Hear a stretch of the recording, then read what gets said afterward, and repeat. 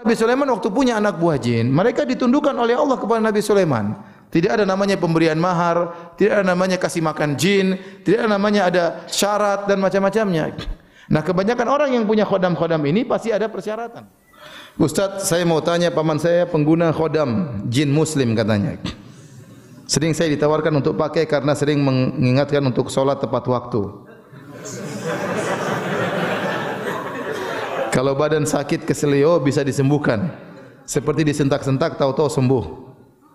Apa yang harus saya lakukan untuk mengembalikan dia ke jalan yang benar ya? Ingatkan bahwasanya tidak boleh demikian ya. Oleh karenanya yang berhak menguasai jin cuma Nabi Sulaiman. Dan Nabi Sulaiman pernah berdoa ya, wahabli mulkan la yambagi li ahadin min ba'di innaka antal wahhab.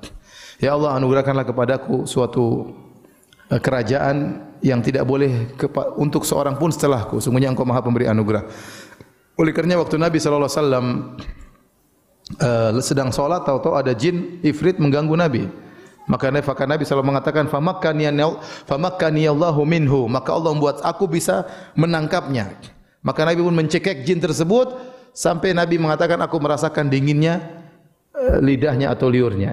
Nabi cekik dia. Kata Nabi, kalau bukan saya ingat, kemudian saya pun fadzakartu doa akhi. Saya pun ingat doa saudaraku Nabi Sulaiman alaihissalam.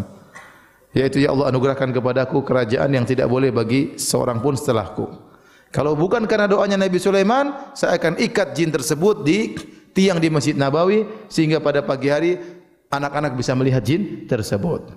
Jadi Nabi tidak bisa menguasai jin. Kenapa? Karena doa Nabi Sulaiman tidak boleh ada seorang pun menguasai jin kecuali Nabi Sulaiman alaihissalam. Makanya Nabi dalam banyak kegiatan, dalam perang Uhud, dalam perang Badar, Nabi tidak pernah pakai pasukan jin. Ya, padahal ada jin-jin yang masuk Islam. Jin-jin mungkin sakti, tapi Nabi tidak pernah, karena tidak boleh bagi Nabi sallallahu alaihi wasallam. Yang boleh punya anak buah jin cuma siapa? Nabi Sulaiman. Yang kedua, contoh saya punya kawan cerita, ya. Orang tuanya atau kakeknya punya keris. Keris itu sakti, tapi dia ada perawatan. Harus diinapkan, harus diinikan, harus dikasih apa. Ya, baru keris tersebut bisa berfungsi. Nah, saya khawatir orang yang punya khodam-khodam gini, dia pasti punya mahar atau pembayaran tertentu. Dan itulah nilai kesyirikan di situ. Ya. Makanya dalam Al-Quran Allah mengatakan, ya ma'syaral jinni qad istakthartum minal ins. Wa qala awliya'uhum minal insi rabbana istamta'a ba'duna bi ba'din. Ya.